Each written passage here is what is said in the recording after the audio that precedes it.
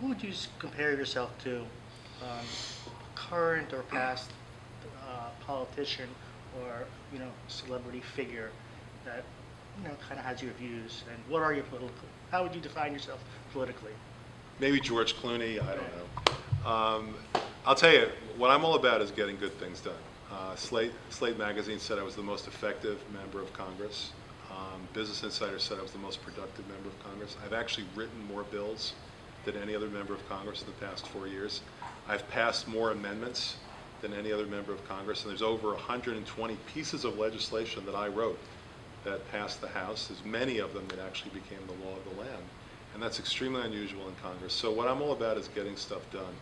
As I was mentioning before, some of the highlights, but there's also less prominent things like the 4 amendments that I got passed in just the last week alone.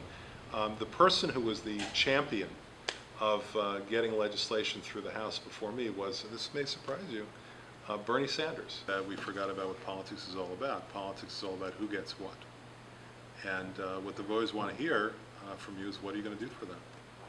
And if they don't hear that from you, it makes them nervous. They start to wonder what you're going to do to them if they don't know what you're going to do for them.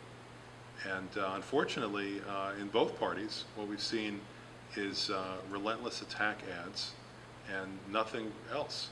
And this has basically taken every election and made it into something resembling a national nervous breakdown.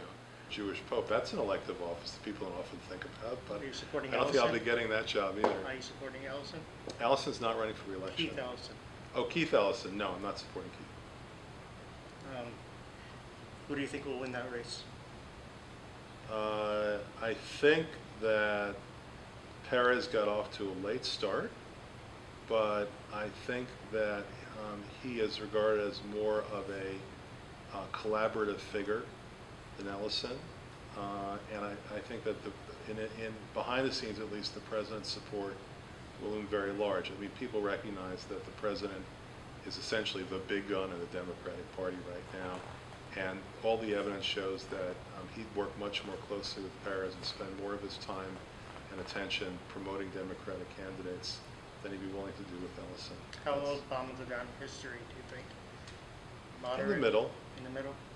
In the middle. I mean, I think he deserves full credit for helping to revive the economy. I mean, if not for that, right now we'd all be living in caves.